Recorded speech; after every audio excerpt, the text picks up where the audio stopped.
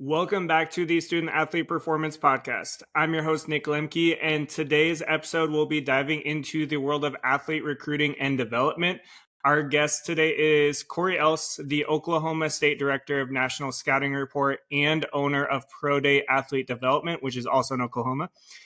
Corey has an extensive experience helping athletes from youth to the pros enhance their performance and get recruited by colleges at all levels. So, Corey, thank you for joining us today. You bet, Nick. I'm super excited to be a part of the podcast and look forward to just spreading the word about athlete development and athlete recruiting. Yes, for sure.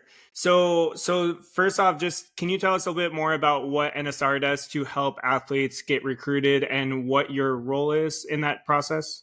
You bet. So I am a college scout with the National Scouting Report. National Scouting Report started 44 years ago in 1980. So kind of the first in the industry. So everybody else is kind of playing in our sandbox, I like to say. We are the eyes and ears of college coaches to make sure that we are bringing them talented athletes that have a good head on their shoulders. They do well with their academics and, of course, can play at the athletic level. So we love just being there, and families pay us to help them to get recruited. It is not something that you can just buy off the shelf. We are an offer-only, invite-only organization. And so I ideally would love to take a look at an athlete's performance. It could be any sport. So I work with just about any sport that's out there. And I'm not bound regionally or by location either. So I work with international athletes, soccer, golf, volleyball, you name it. So, and that also helps that I have that athletic background in as far as performance is concerned. So I can take a look at their athleticism and help guide them through that process as well. Yeah. And you said before you got into the recruiting process, you started with Pro Day Athlete Development. Can you tell us more about that and how that helps, how your facility helps develop athletes and their performance? Sure, you bet. So I started Pro Day Sports 5 years ago. We are Oklahoma's highest rated and most reviewed sports performance training. Our main three things that we like to focus on are developing speed. So we are a USR speed lab. There's about 100 of us around the country certified in that through Les Spellman and USR. And then also Project Pure Athlete. We are vertical jump certified at the level 2. So Coach Chase and Coach Ty with Project Pure Athlete. You got to take a look at them if you haven't already.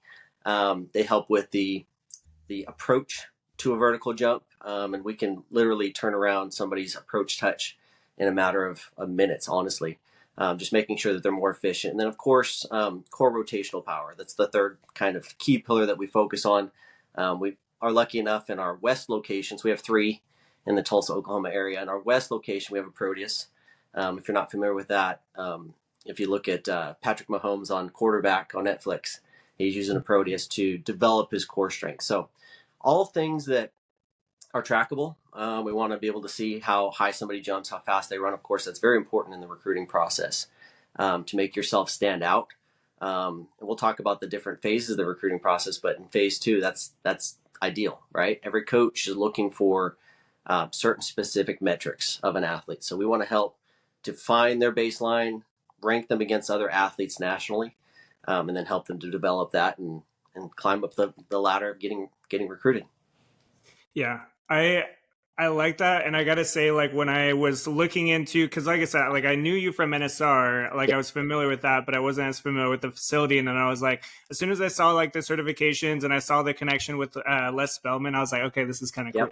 Yep. So what, just out of curiosity, what are some athletes or things that have stuck out to you through your time running Pro Day? Like, is there any athletes that stuck out to you or anything that you feel like is especially important now that you're in the recruiting side of things? You know, I know you're in the nutrition world. So, I mean, consistency is key, right? So I'm looking for athletes. The ones that stick out to me are the ones that don't give up a day or don't give up a series of days to where they fall off track. I mean, that is a part of our life, whether it's sports or our job or losing weight or getting fit. I mean, consistency is key. And so that's what I look for. And that's what really stands out to me about athletes They come through Pro Day, but also come through NSR through other locations throughout the United States or throughout the world. I'm always looking for. There's a small difference, Nick, between being ordinary and extraordinary, right? And I think consistency is a big part of that. Is staying consistent with your training, staying consistent with anything in life. I want you to be proactive, and I want you to um, have a reason for what you're doing. And so I'm always curious to interview athletes and see what their reason is. I'd love to hear about the desire to play in college, and what they're doing now tells me the type of athlete they're going to be in college. How hard do you work out? Are you dragging your parents to the gym? Like most of the athletes that I interview aren't 16 yet. They're not driving. So I want to hear from the parents that they're constantly dragging me to the gym. We'll talk about nutrition a little bit. What are you doing to fuel your body? All of those things that they're doing now in life will tell me the type of athlete that they'll be when they're in college. I like that. I like the word consistency. That's one that I use a lot, especially when you, like you said, when it comes to nutrition, discipline. I think those two go hand in hand where, you need to have that discipline to have that consistency. And just like showing up to workouts, nutrition's the same thing. You gotta, if you're skipping breakfast, on weekends, just cause you're sleeping until 11, like that's a missed opportunity to get better. Sure. But yeah, definitely. And I think along those lines too, right? Getting started. It just takes getting started and having a small, consistent pattern to your life, and then that'll just build from there. So not only on the back end where you miss a breakfast because of a weekend, but also on the front end. How do you get started? Like, don't tackle this all together, but little consistent steps are going to help you to get there. Yes, for sure, for sure. I know we could dig a lot into that piece Yep. alone, but I know we want to get into the four stages of recruiting. So can we talk about that a little bit? Can Yeah, you you break that bet. down? Yeah, I know we talked about it ahead of time. As far as I like to describe it as four stages, and my company's been around for 44 years. So these four stages have always been in place, but there's consistently things that are different that I'm telling different athletes about, right? So I like to have them visualize that they are on a college track, right?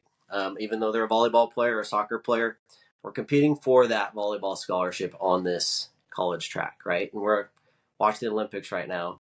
So a lot of them can visualize it.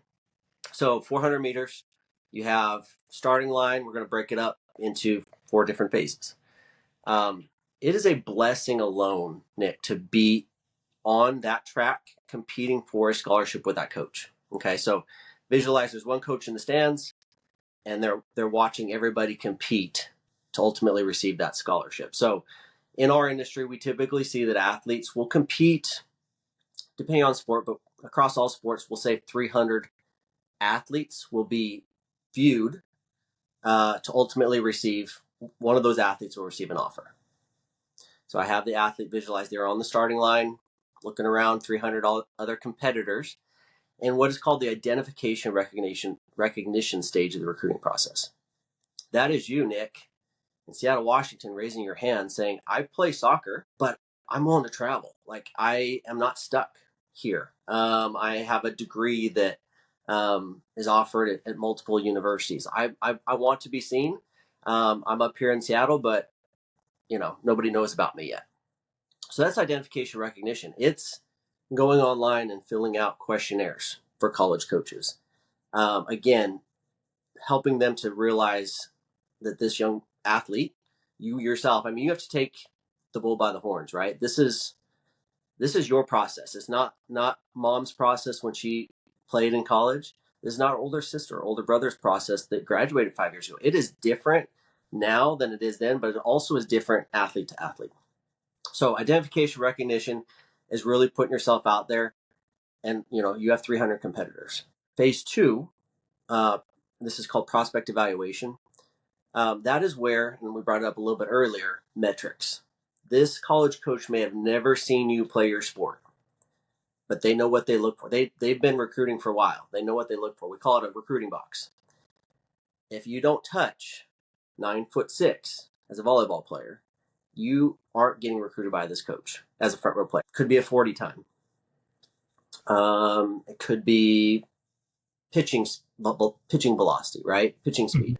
Could be a variety of different things, but they don't have time to filter through a bunch of athletes to ultimately come up with that. So they're going to cut that 300 to about 150 athletes on average. Phase 2. As you can see, we're going down this path, and we're filtering through you're gonna get a lot of no's in this industry to get a handful or a lot of yeses, right? So that's ultimately the goal. 150, phase 2 of the recruiting process. Phase 3 is the one I love to talk about the most. Okay, so phase 3, prospect comparison. Instead of evaluation, now you're showing up to a college campus to compete against other outside hitters, against other forwards, against other pitchers. A lot of times you're on the same court with the current team. They like you and about 30 other athletes in this phase. So we now cut it down to 30. They like you, but they're going to be asking the current team, is she or is he a fit for our culture? Like, could you see this athlete playing for us? I tell the athletes they're going to spend just as much time with that coach than that coach spends with their own family. They got to like you. Everybody wants to be wanted, Nick. So at any phase of the recruiting process, show your desire, show your love of the game, show that you're wanting to put forth the extra effort. They will look at somebody who's shy. I grew up real shy, right? And so I it's great that I get to work with athletes and coach them through this because they'll take that as not interested. They're not interested in my school. So I highly encourage athletes to realize, yes, you're still being judged, and it could be on social media. They're looking for red flags in the third phase of the recruiting process to say, we'll move forward with the other 29 prospects. So who you hang around with in high school will tell them the type of friends you'll have in college when you're under their roof, and you have so much more freedom under their roof in college. So that's really the weeding out phase. All these athletes can play at our level, but do they fit our culture? Do they fit? Now, I told you we've been doing this for 44 years. Say 41, 42 of those years, this college track has looked the same. A couple years ago, you got to imagine that coach now gets to walk down those imaginary bleachers. They get to open up a side gate. And I tell my athletes, you feel really good about your situation. The coach says you are an offerable kind of kid. You beat out 90% of the competition. Started with 300, you're about 30. You've been invited to campus a couple times. Coach says we may even be writing up some things, right? Offerable kind of kid. That side gate opens up, fresh legs come in to compete for that scholarship. I ask the kids, who is it?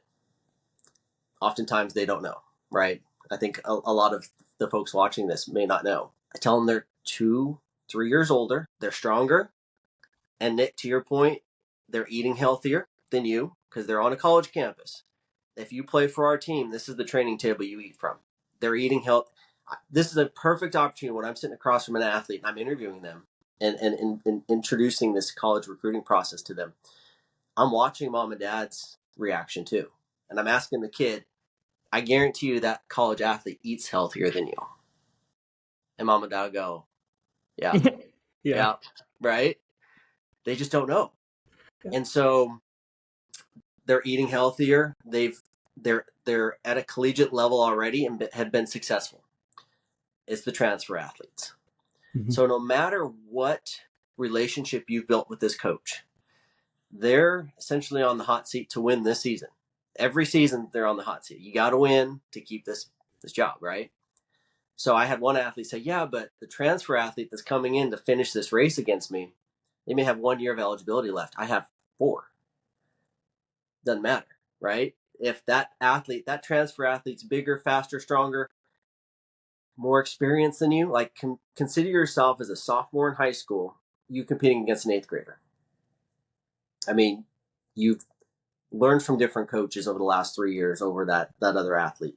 You're just more mentally, have a higher IQ for your sport than you would have 3 years ago. So I think that it really kind of comes to a realization that no matter what relationships you've built with that coach, over a couple years. Maybe you've run this race for a couple years. You feel really good about it.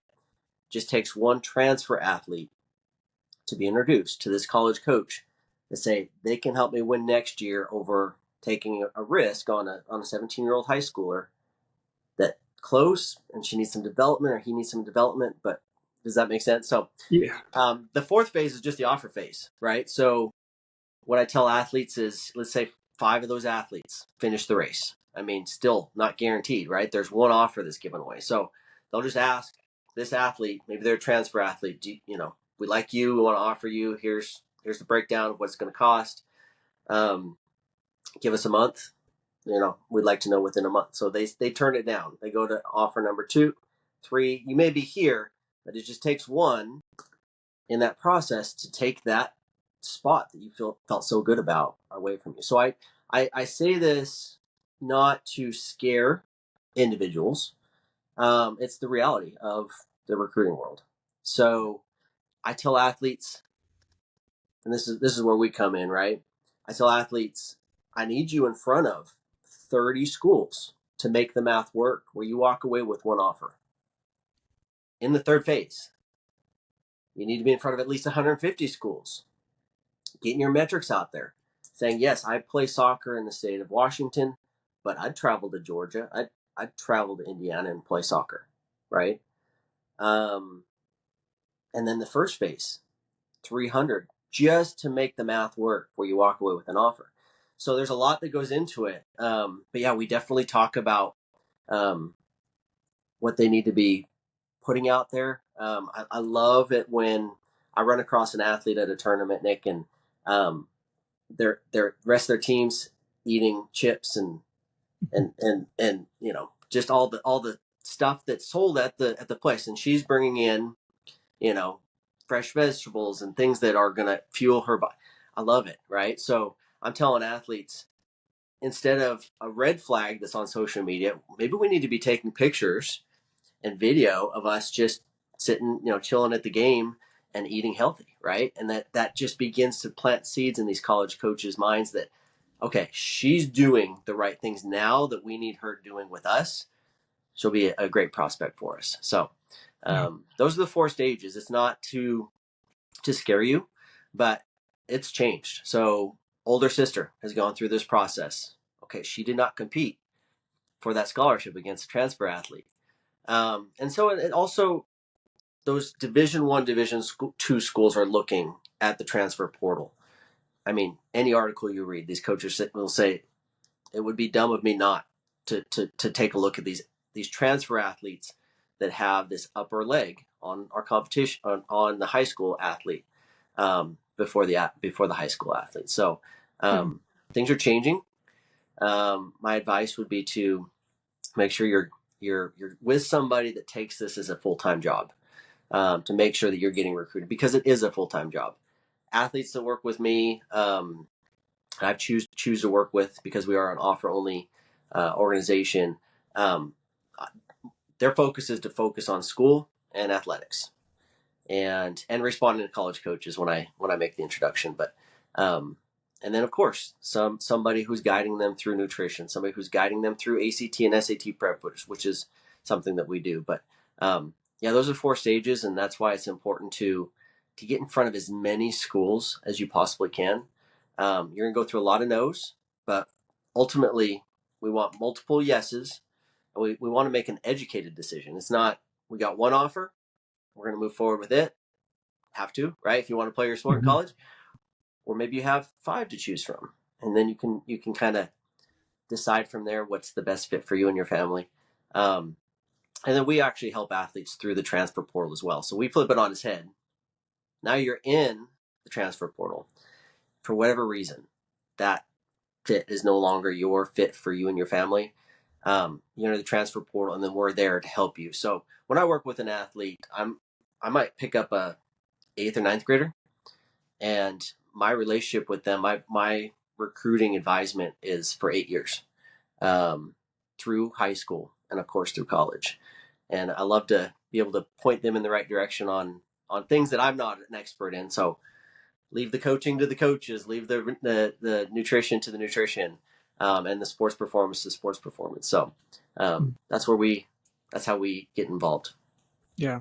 I like, so you give the example of when you bring in the transfer portal, like you talk about eighth grade, junior year. I also think about like when we think about like sports, like pro sports, like when you, I mean, a lot of people compare transfer portal to free agency, but you look at, you know, when it comes to like which college you want to go to, if you've selected, you know, at 10 years old that you want to go to Colorado and you want to go play football for Deion Sanders, Yeah. but he's Yeah. obsessed with, you know, like transfer portal or whatever it might be, or maybe that year he is like, or I mean, we look at like, you know, Seattle sports, for example, Pete Carroll loved his young people. So if, you know, if you're a young person, great, you have good For sure. luck there. You're not likely to get some 34-year-old, you know, veteran coming in there.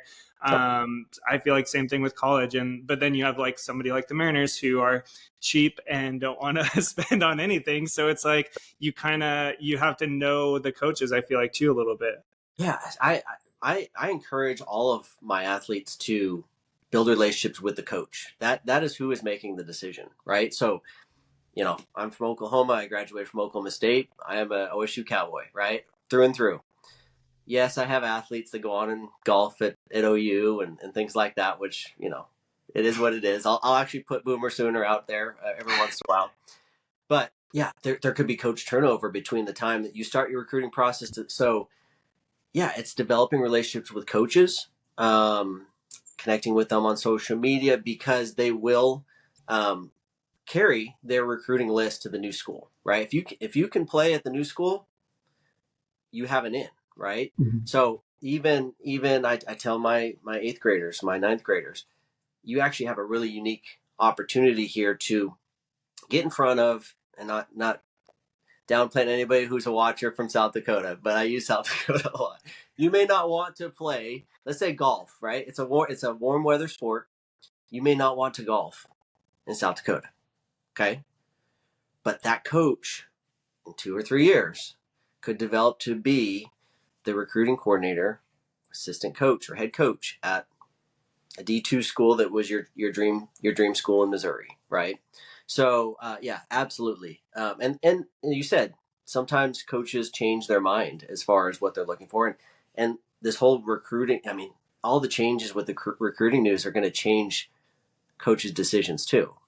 So the Deion Sanders that um, may have had certain requirements a year ago, or he's going to have different requirements this year.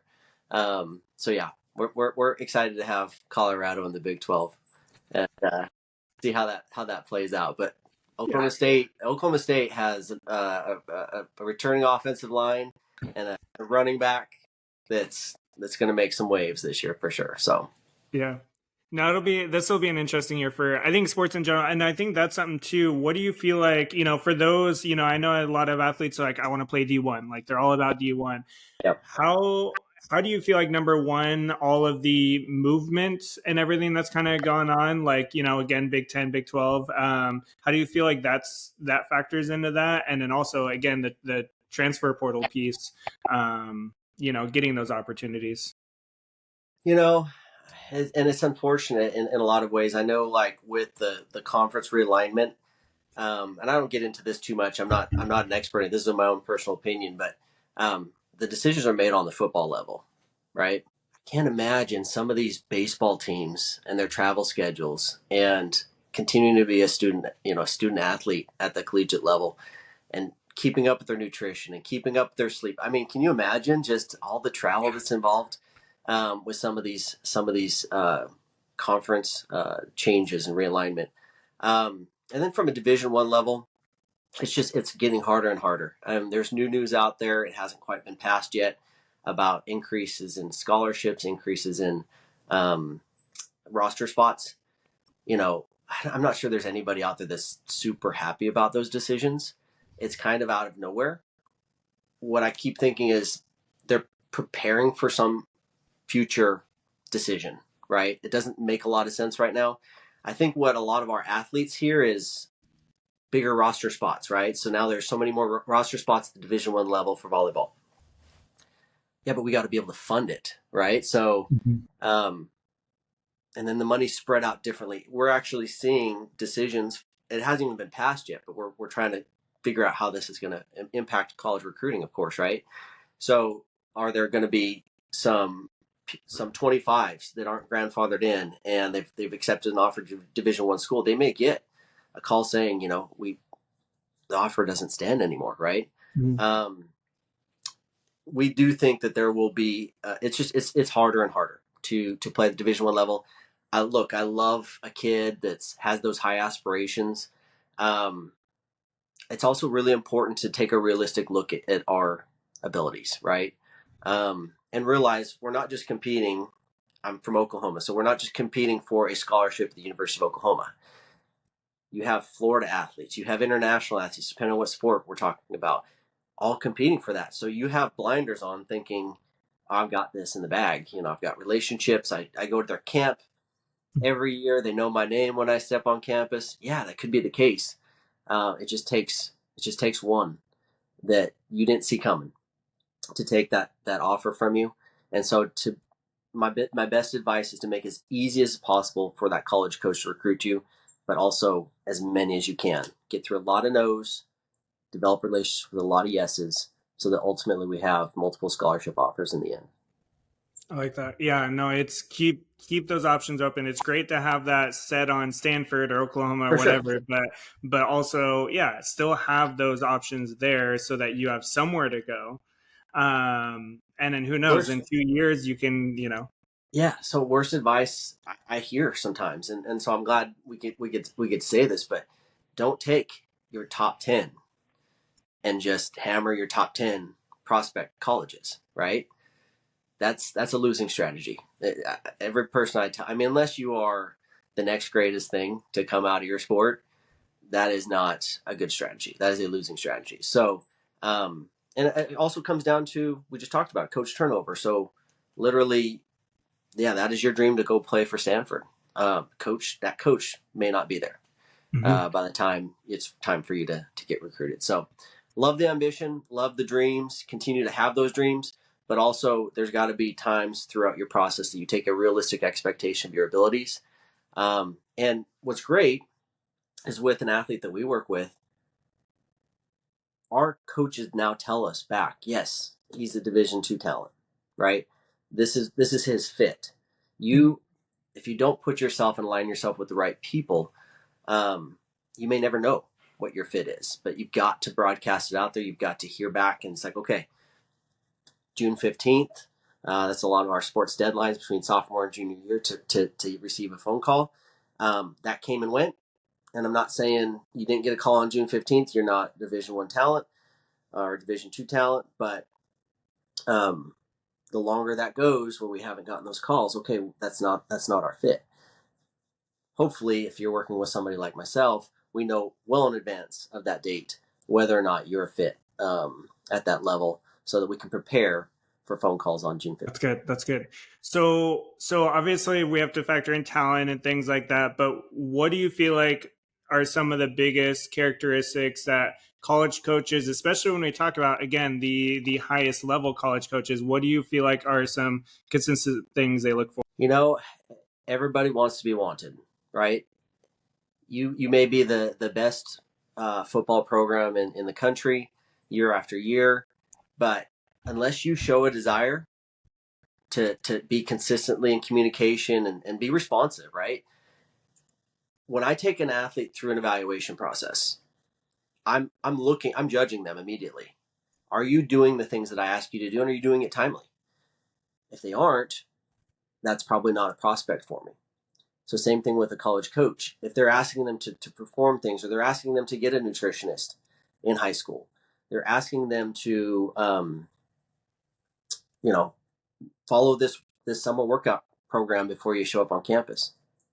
I've had athletes that I know of that didn't follow it to a T, and coach noticed. So I think, just coachability, and if you're playing at the highest level, you probably are very coachable. Um, but there's a lot of athletes that just kind of skim by, and this isn't 100% their thing. They're interested in who they're dating at the time, or Mhm. just making wrong decisions, right? Making wrong decisions that aren't down that path that a college coach would expect you to be taking. I think that's probably something that will come out, whether it's directly on social media, realizing that you're at an underage drinking party, even though you're not partaking, you're in the same vicinity, right? Or indirectly, where, like I said, you show up to college and you didn't perform your summer workout, they're going to know. Mhm. So I think that's probably the biggest thing that I look for. We talked about it at the beginning, consistency, but coachability. Will they listen to what I have to say, and will they do it in a timely manner that keeps them on track for coming and playing for us? Yeah.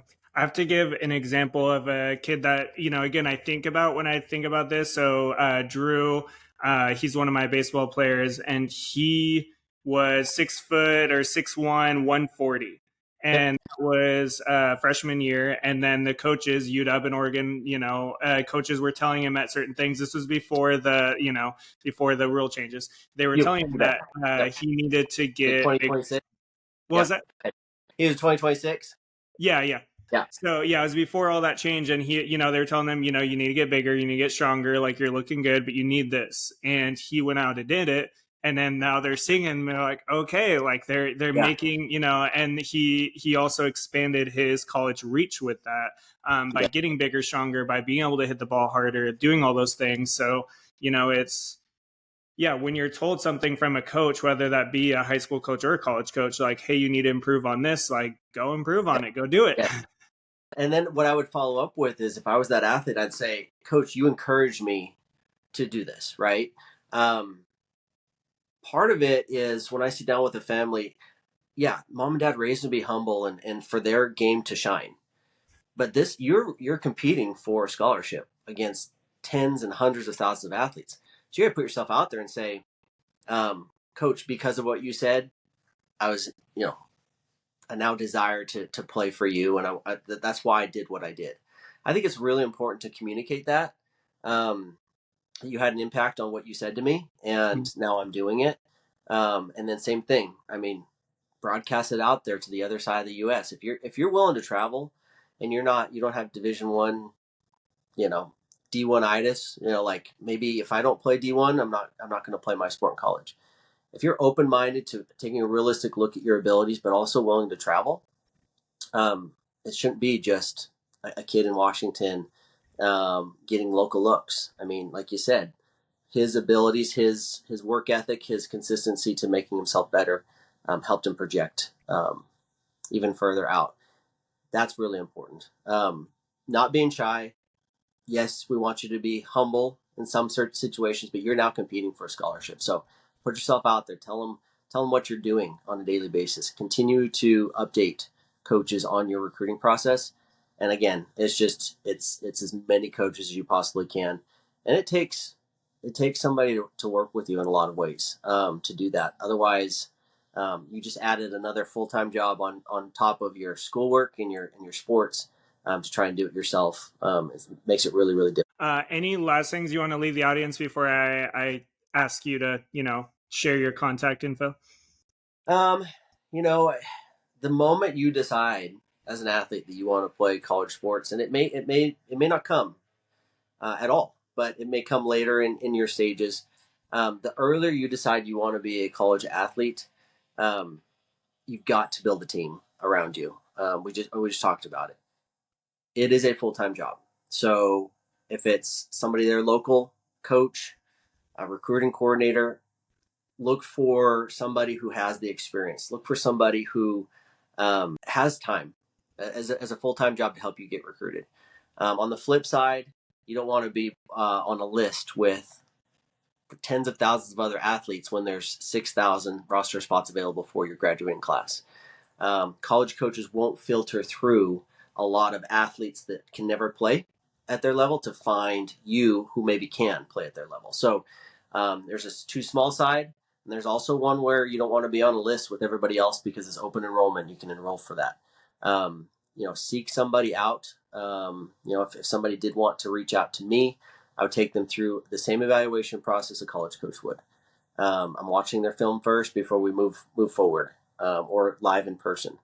We'll go through an evaluation and an interview stage to see if they are truly a recruitable athlete. And that's, I think, what college coaches appreciate from NSR and from our scouts that are on the ground watching talent throughout our 44 years. Is we bring them quality athletes that can play at that level. And so we've got a pretty high success rate. I think it's 95% of the athletes that work as an NSR athlete will go off and get multiple scholarship offers to go off and play in college. If somebody wanted to reach out to me, Nick, through Instagram, I think it's NSR_college_scout. Probably the best way to reach out to me, or I'll give out my cell phone number if that's all right. You can text me, text scout me so that I know that it's a new entry level prospect. Text scout me to 918-625-4011. Okay. And then for parents too, he's on Facebook, Corey Else NSR. You can find him That's on right. there too. That's how we got connected. Twitter. That's why I was That's right. Yep. So if this goes on Facebook, Corey Else NSR, and same with X. I think it's Corey Else _NSR. So you can find me in multiple ways. But would love to connect with athletes all around the globe that have a desire to play at the next level, and we'll take them through a true evaluation process and be realistic about their expectations to see if they'd be a good fit for us. Yeah. And if you're in Oklahoma, check out Pro Day Athlete Development. Yep. So Pro Day Athlete Development on Facebook, Pro Day Sports, I think, on Instagram. Jump higher, run faster, be more powerful in your overhand throw and your kick using those core rotational muscles. Those are our three primary areas of improvement that we know college coaches look for, especially if you want to play at the next level. Yeah. So, Corey, though, thank you so much. There's like so much that I feel like covered around the recruiting process, but then, some of that intangibles, the consistency, those types, or consistency. Yep. A lot of those kind of things that we really got to emphasize. So thanks again for hopping on today. You bet, Nick. Appreciate the opportunity, the platform.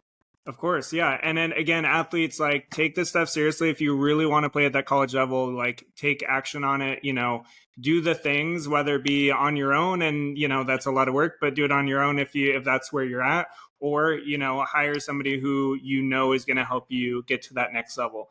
But otherwise, subscribe to the podcast and keep striving for greatness.